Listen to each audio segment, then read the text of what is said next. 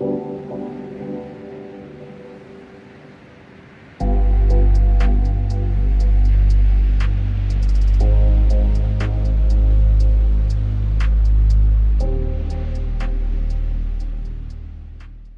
I could give somebody a pill that would allow them to deploy self-awareness, the amount of happiness that would be going on in this world would be tremendous. I understand that. I can give them a solution.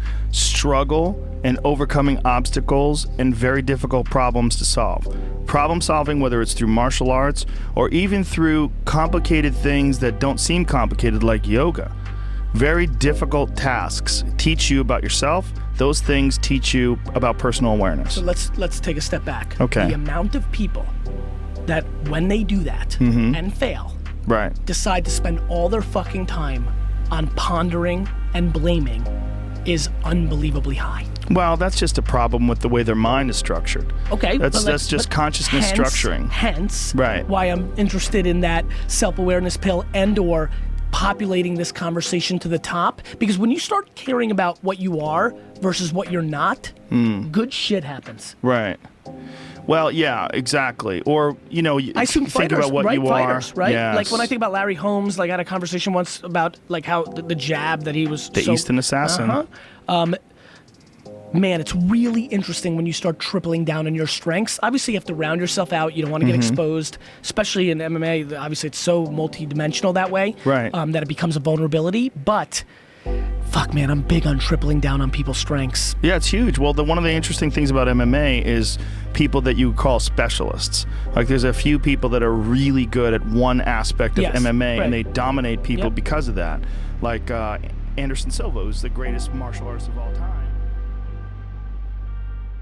It's like a prayer in some sense. In fact, I would say it's proper prayer. If you want to know something about yourself, sit on your bed one night and say to yourself, you got to mean this. Like, you got to be desperate. This is no game, this. You ask yourself, you sit on the bed and say, okay, man, I'm ready to learn something. Like, what's one thing I'm doing wrong that I know I'm doing wrong, that I could fix, that I would fix? It's like, you meditate on that, you'll get an answer. And it won't be one you want, but it'll be the necessary one.